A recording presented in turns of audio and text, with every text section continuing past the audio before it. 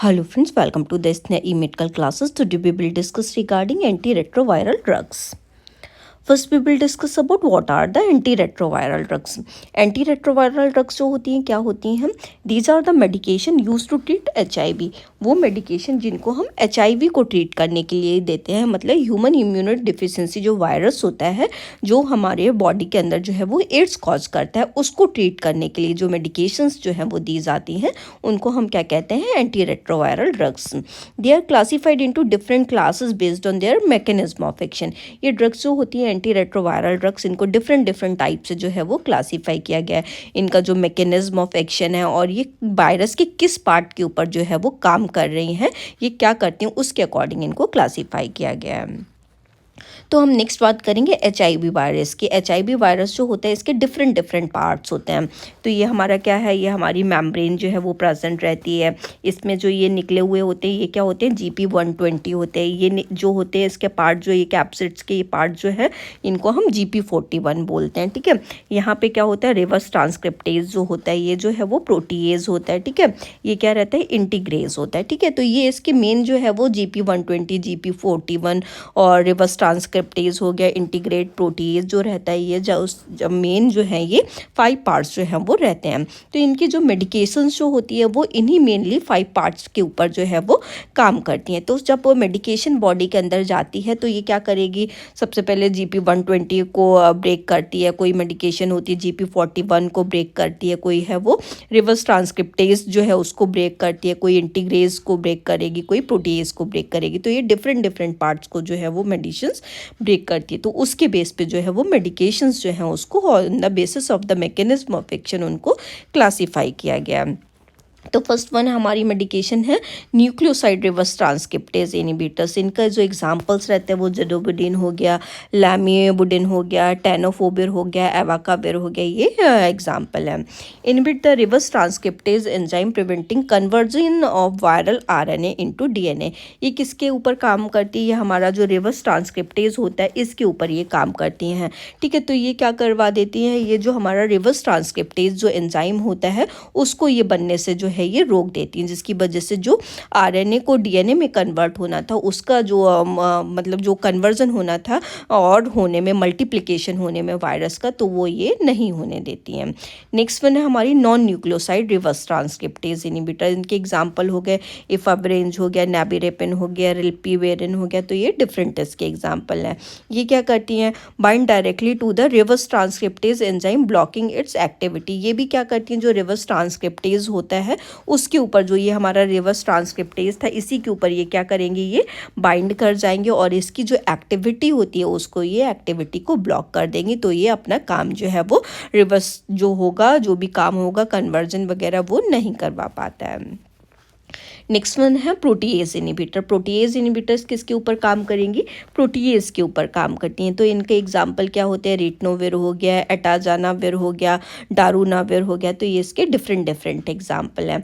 इसका एक्शन क्या रहता है? हम ब्लॉक द प्रोटीएज एंजाइम. ये क्या करती हैं? प्रोटीएज जो एंजाइम होता है उसको ये ब्लॉक कर देती हैं. Preventing the maturation of new viral particles, जिसकी वजह से जो न्यू वायरस होते हैं, न्यू HIV वायरस होते हैं, उनका मेचुरेशन, उनका ग्रोइंग जो है वो बनना जो है वो कम हो जाता है. ठीक है, वो नए वायरस जो है वो नहीं बन पाते हैं.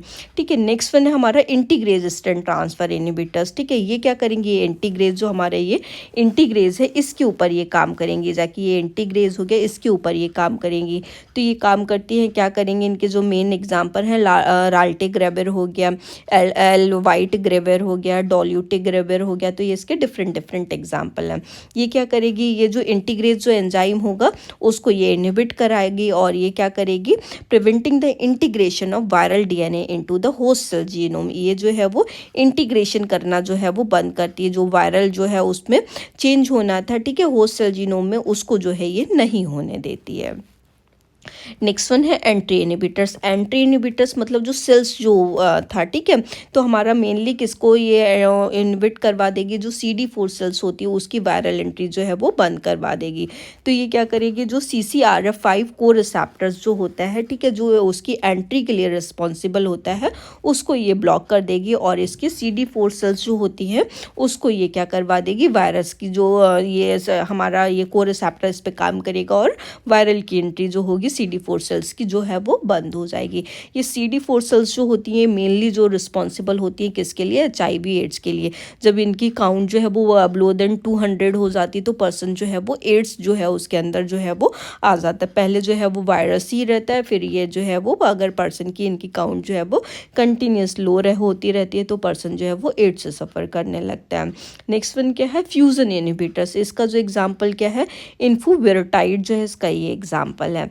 ये क्या करेगी, interfere with the fusion of viral and cellular membrane. ये जो मेम्ब्रेन होती है मतलब बाहर वाली मेम्ब्रेन उसके ऊपर काम करती है, और ये क्या करेगी, वायरस की एंट्री जो है वो नहीं होने देती है।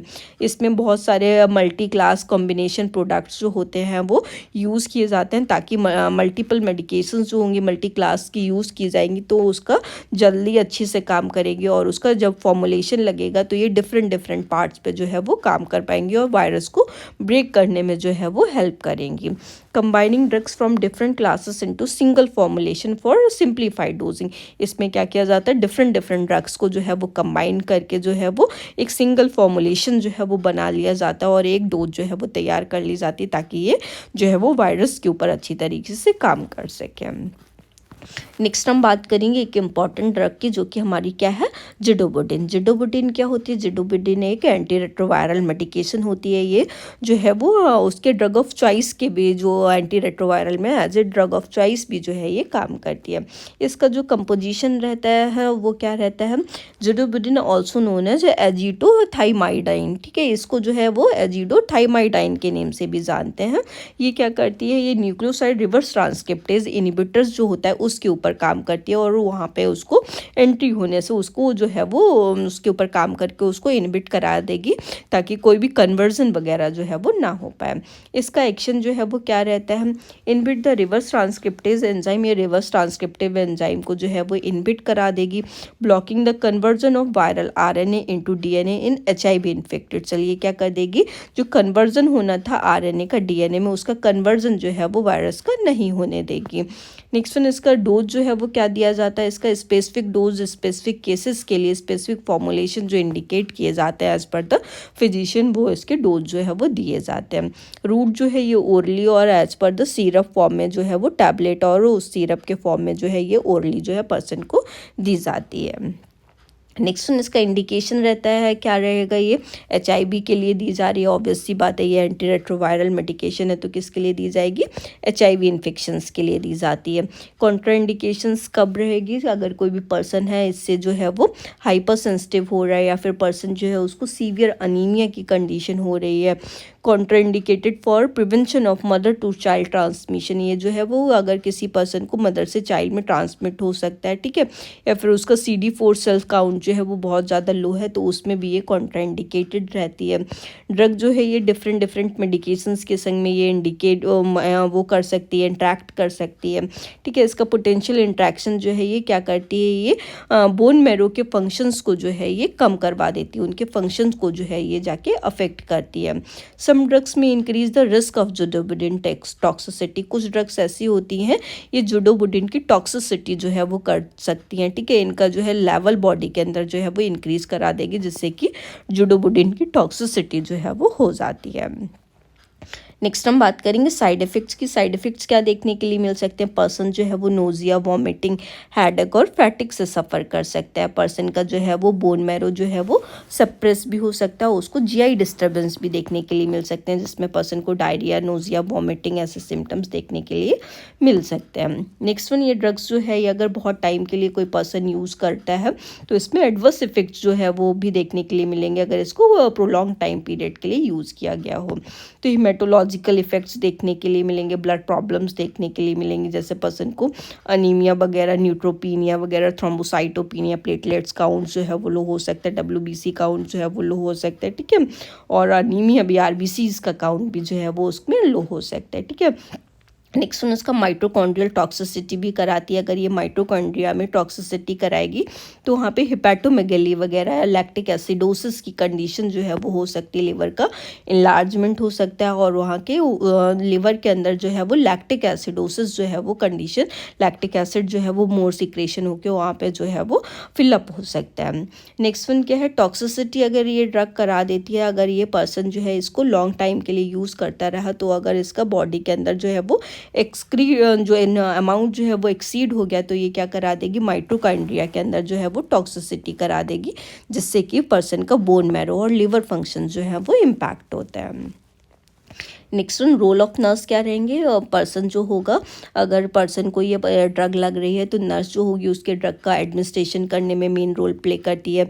किस टाइम पे देनी, कहाँ देनी है, कितना डोज जो है वो देनी, कितना डोज प्रिस्क्राइब किया गया है, उसके अकॉर्डिंग इसको नर्स जो होगी उसको ड्रग को एडमिनिस्टर करेगी। साथ में ये पेशेंट को एजुकेट भी करेगी कि इसको ड्रग को कैसे लेना है, क्या ड्रग को डोज जो है वो मिस नहीं करनी है, और क्या साइड इफ़ेक्ट्स पोटेंशियल जो है वो आ सकते हैं, क्या प्रिकॉशनरी मेजर्स जो है वो यूज़ करने हैं, वो साथ में पेशेंट को एजुकेट भी करेगी। साथ में डोज को मॉनिटर भी करेगी कि कितना डोज जो है वो दिया जा रहा है, कम ज़्यादा तो नहीं है, as per the physician recommendation है कि नहीं है, ठीक है। साथ में जो भी सिम्टम्स वगैरह इसके प्रोड्यूस हो रहे हैं, ठीक है, उनके साइड इफ़ेक्ट्स वगैरह वो भी मॉनिटर करेगी। नेक्स्ट वन एडवर्स रिएक्शन को मैनेज करेगी, ठीक है। कोई भी अगर एडवर्स रिएक्शन देखने के लिए मिल रहा है, तुरंत इमीडिएट बेसिस पे जो है वो फिजिशियन को इन्फॉर्म उसको करना होता है। साथ में वो सेफ्टी मेजर भी फॉलो करेगी, ड्रग को जो है वो with the help of the safety measures जो देगी, ताकि कोई भी साइड इफ़ेक्ट्स वगैरह या कुछ भी अपनी साइड से जो है वो ऐसी चीज़ें ना हो, और उसके सेफ्टी मेजर्स के संग में ड्रग दी जाए ताकि और कॉम्प्लिकेशंस वगैरह हैं वो अवॉइड किए जा सकें।